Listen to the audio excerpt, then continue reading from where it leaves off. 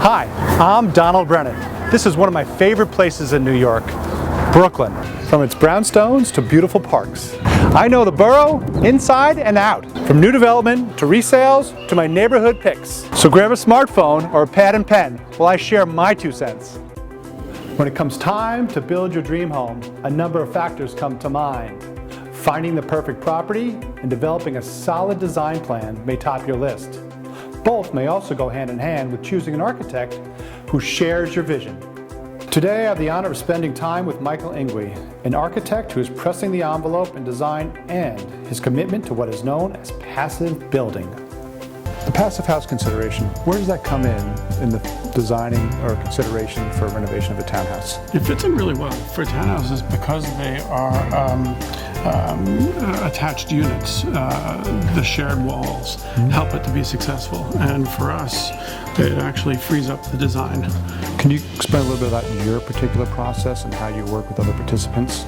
We actually are a highly collaborative firm, and we're expanding that with some of the contractors that we're also working with, where the contractors are actually meeting together in a way that they typically haven't done before. Right. Sometimes every 3 months, 6 months at each other's projects. And these are contractors who've competed with each other for years. Right. Wow. First meeting was a little awkward, and now we're up to sometimes 20 people, 30 people at these meetings, 50 people, where you've got subcontractors. And what we're doing is we're honing these passive house details so that they're more repeatable.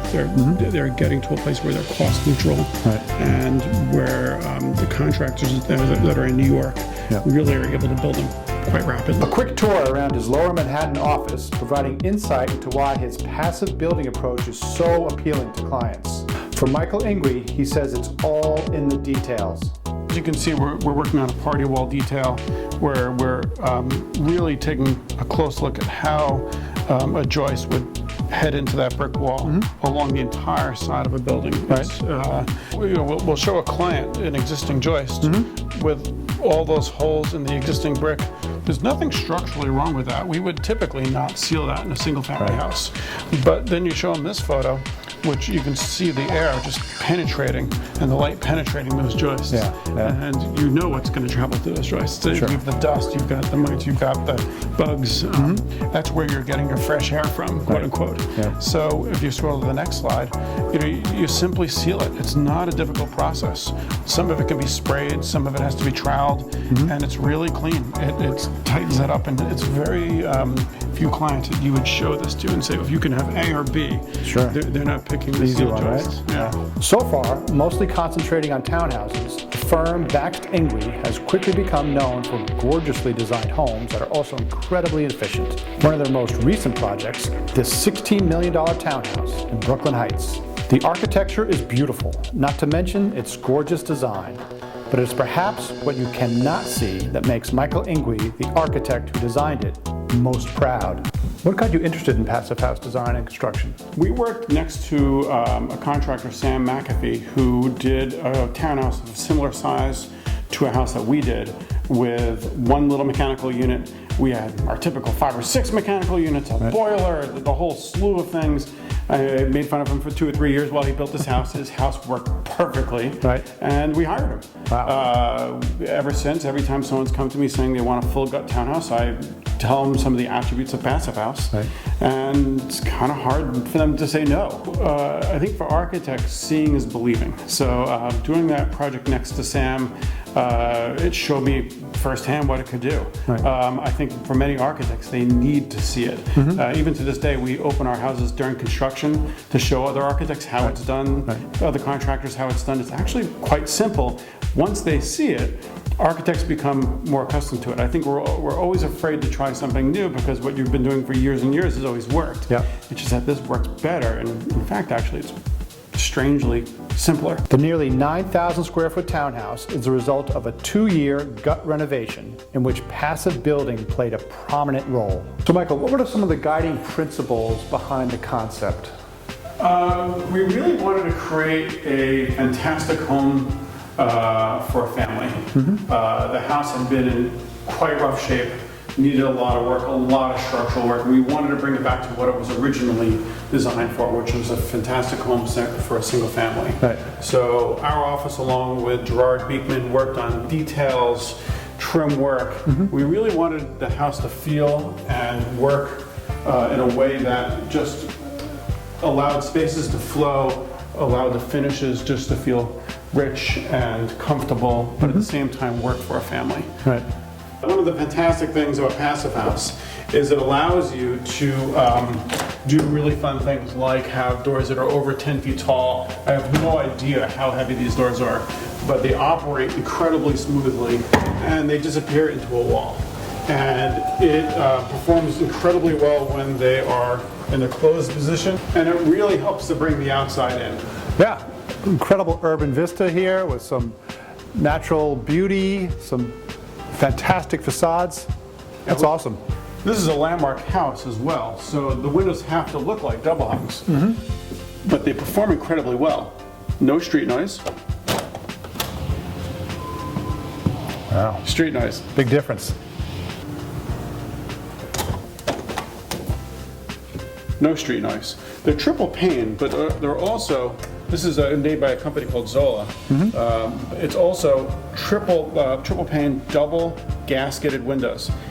You know, when you look at it, it's incredibly simple. And you have a locking mechanism which locks up for security incredibly well. They're laminated. And they're quiet.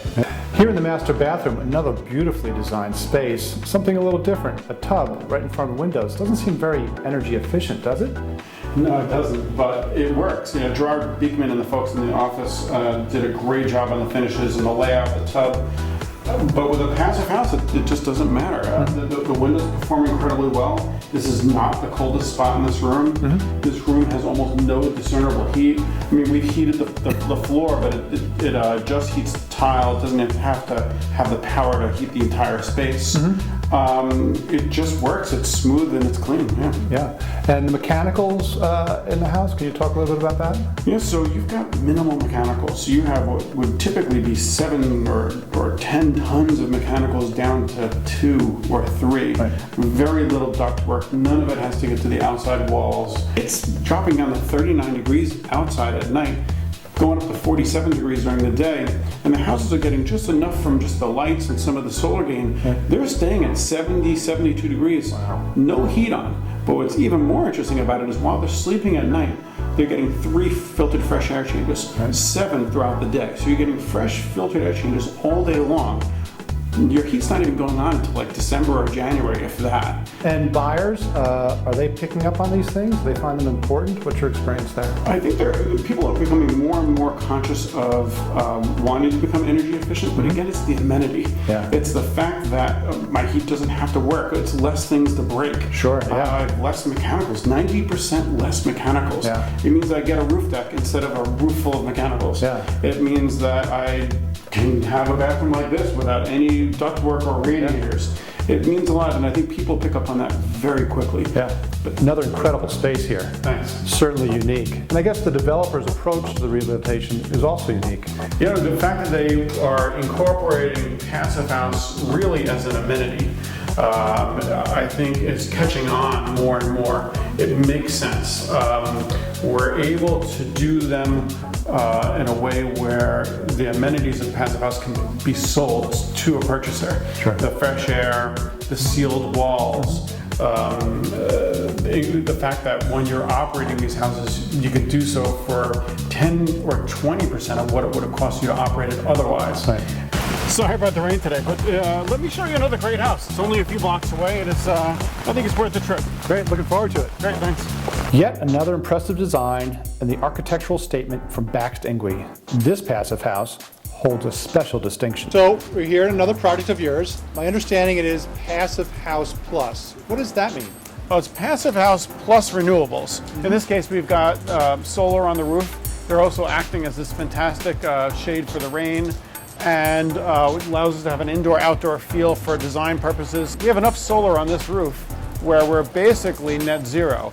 And really, when you take a look at Passive House, you wind up having a house that's so energy efficient that it's the road to net zero. On a typical townhouse, you would never have the roof area to do net zero, but in a passive house, when you're only required to have 10 or 20% of the heating and cooling, all of a sudden my loads get to a point where on this house, we're only covering 2/3 of the roof. I mean, most of this is open to the air, and we have basically almost a net zero house. What is net zero? So net zero is where you are required to use zero energy from the grid. In New York City, we're still connected to the grid. You're in fact actually selling power back to the utility and using power when you have to.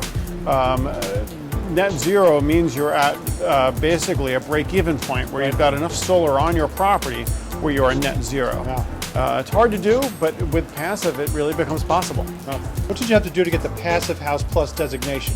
It's a good question, because to be a passive house plus house, you first have to make a passive house. You have to. You can't just put loads of solar on your house and all of a sudden you're a passive plus house. Yeah. You start with the envelope first. You deal with the mechanicals second, and then solar would be third.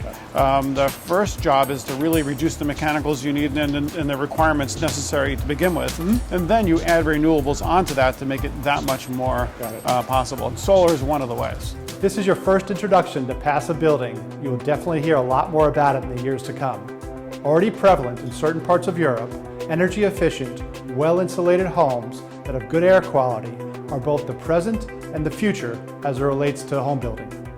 I'm Donald Brennan of Brennan Real Estate.